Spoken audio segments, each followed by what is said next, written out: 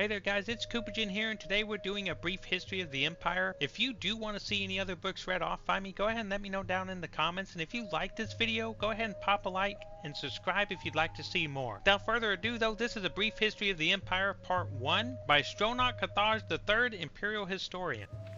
Before the rule of Tiber Septim, all Tamriel was in chaos. The poet Tracesis called that period of continuous unrest days and nights of blood and venom. The kings were a petty lot of grasping tyrants who fought Tiber's attempts to bring order to the land. But they were disorganized as they were dissolute, and the strong hand of Septim brought peace forcibly to Tamriel. The year was Second Era, 896. The following year, the emperor declared the beginning of a new era. Thus began the Third Era, year Aught. For 38 years, the Emperor Tiber reigned supreme. It was a lawful, pious, and glorious age, when justice was known to one and all, from serf to sovereign. On Tiber's death, it reigned for an entire fortnight as if the land of Tamriel itself was weeping. The emperor's grandson, Pelagius, came to the throne. Though his reign was short, he was as strong and resolute as his father had been, and Tamriel could have enjoyed a continuation of the Golden Age. Alas, an unknown enemy of the Septim family hired that accursed organization of cutthroats, the Dark Brotherhood, to kill the Emperor Pelagius I as he knelt at prayer at the Temple of the One in the imperial city. Pelagius I's reign lasted less than 3 years. So here we have the first Emperor Tiber ran the kingdom into a golden age whenever he came in and messed up all the other guys who were causing problems. Now, when it says that his grandson took over, it says that he was short-lived because someone hired the Dark Brotherhood to intervene, but that he would have continued that golden age had that not have happened. And the thing here that I'm not fully understanding is it says he was as strong and resolute as his father had been, though there's no mention of his father, only his grandfather. So I don't know if it meant to say his grandfather, or if it just trying to imply that his father was as good as his grandfather without us knowing any details about him. That being said, we'll just continue on. I think that's a little goofy thing there though. Pelagius had no living children, so the crown imperial passed to his first cousin, the daughter of Tiber's brother Agnereth. Kentira, former queen of Silvanar, assumed the throne as Kentira I. Her reign was blessed with prosperity and good harvest, and she herself was an avid patroness of art, music, and dance. Kentira's son was crowned after her death, the first emperor of Tamriel to use the imperial name Uriel. Uriel I was the great lawmaker of the Septim dynasty and a promoter of independent organizations and guilds. Under his kind and but firm hand, the Fighters Guild and the Mages Guild increased in prominence throughout Tamriel. Son and successor Uriel II reigned for 18 years. From the death of Uriel I in Third Era year 64 to Pelagius II's ascension in Third Era year 82. Tragically, the rule of Uriel II was cursed with blights, plagues, and insurrections. The tenderness he inherited from his father did not serve Tamriel well, and little justice was done. Pelagius II inherited not only the throne from his father, but the debt from the latter's poor financial and judicial management. Pelagius dismissed all the elder council and allowed only those willing to pay great sums to resume their seats.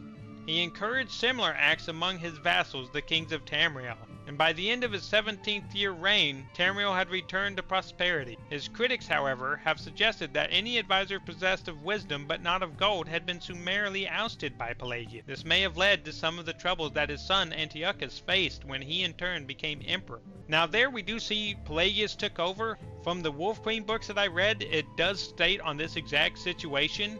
I don't know if it pointed out that he kind of brought the kingdom back to prosperity, though it does state how he kicked out the Elder Council and would not let them rejoin if they didn't buy their way back in, which to me is just a poor decision. It's one you do not want to make. You're trading true wisdom for people with a deep pocket. Usually not a great idea. Antiochus was certainly one of the more flamboyant members of the usually austere Septim family. He had numerous mistresses and nearly as many wives, and was renowned for the grandeur of his dress and his high good humor. Unfortunately, his reign was rife with civil war, surpassing even that of his grandfather Uriel II. The War of the Isle in Third Era year 110, 12 years after Antiochus assumed the throne, nearly took the province of Somerset Isle away from Tamriel. The united alliance of the kings of Somerset and Antiochus only managed to defeat King Orgum of the island kingdom of Piandonia due to a freak storm. Legend credits the Sigic Order of the Isle of Artaeum with the sorcery behind the Tempest. Now, I don't know if these books came out first or if the Wolf Queen did. However, in the Wolf Queen, it refers to him as Orgnum, not Orghum. So Orgum may be the correct name. I'd have to see which of these book sets came out first. But we have a discrepancy here between the name of the dude who led those guys and King Orgum. And King Orgnum are definitely the same person, because this is the same situation where they were wiped out in a storm.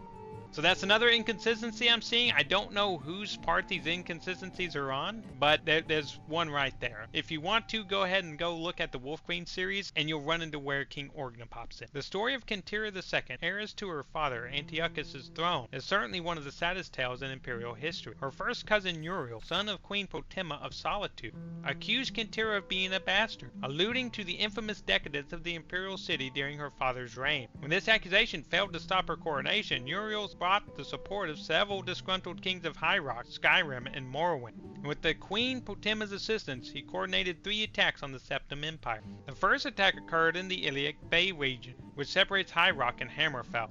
Kintira's entourage was massacred and the Empress taken alive. For 2 years, Kintira II languished in an imperial prison believed to be somewhere in Glenpoint or Glenmorel, before she was slain in her cell under mysterious circumstances. The second attack was on a series of imperial garrisons along the coastal Morrowind Islands. The Empress's consort, Contin Arnix, fell defending the forts. The third and final attack was a siege of the imperial city itself, occurring after the Elder Council had split up the army to attack western High Rock and eastern Morrowind. The weakened government had little defense against Uriel's determined aggression, and capitulated after only a fortnight of resistance. Uriel took the throne that same evening and proclaimed himself Uriel III, Emperor of Tamriel. The year was 3rd Era 121. Thus began the War of the Red Diamond, described in Volume 2 of this series. We have another discrepancy here that's found inside the Wolf Queen books. In this book it says that the Empress's consort is Contin Arnix, or Renix.